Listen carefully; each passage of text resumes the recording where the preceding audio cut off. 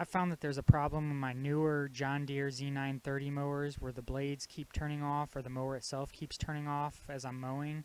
It's almost as if I'm getting off the seat even though I'm not. If you look at your hour meter, you can see that there's a diagnostic code going off. It blinks one time and then it blinks 3 times. If you look at your diagnostic chart, it says PTO mow engaged. This usually occurs when you're getting off the seat while the mower blades are running. So usually what that means is there's something wrong with your seat switch. Now there's 2 different types of seat switches. This here is a seat switch that's on 2015, 2016, 2017 models. It's a little different than the older versions. Basically, if you're sitting on the seat pushes down on this switch, allowing both the mower and the blades to run. If you get up off of the seat, the switch comes up and it stops the mower or the blades. This is a switch that's on the older versions, 2014, 13, 12. You can see it's a little bit more sturdy. It's got the regular switch, but it's inside this casing, and the whole casing pushes down on the switch. If you ask me, this is a lot better version of the switch. I had a lot less problems with mowers back when I used that switch. I've had problems with my 2015, 2016, 2017 mowers just constantly shutting off or the blades shutting off. And I think a lot of it has to do with this switch. To get to the switch, just lift the seat up. And if you take a look down here up in the seat, you can see the wire that goes up to the switch.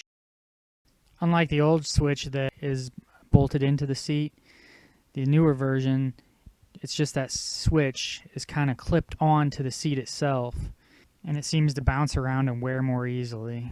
So to remove the newer versions of the switch, you kind of use your thumb and you push up with your thumb, push it inwards, and then you can kind of slide the switch down, and there's a gap, and it just slides right out.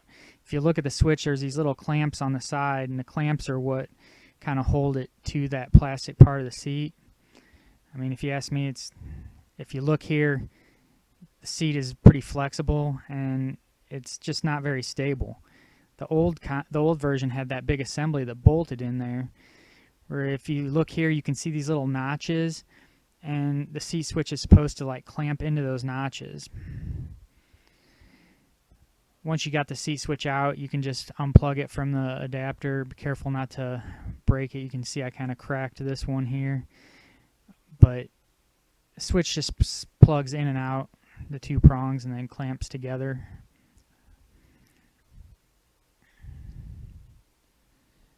And once you've got your new switch, it's pretty easy just to replace it the same way it came out. You kind of put it down in the bottom slot, slide it up, and once you got it up, you pull on it, and that'll snap those 2 clips into to the seat to hold it in there. And then just simply clip your wires back onto the switch. And you can see there's still a little play in there, but it's somewhat tight. I personally don't think it's as tight as it should be, because if you take a look, this is a mower here that I have that has more hours on it, and you can see how loose, after all the hours of use, how loose this one is. It doesn't snap in there and hold tightly.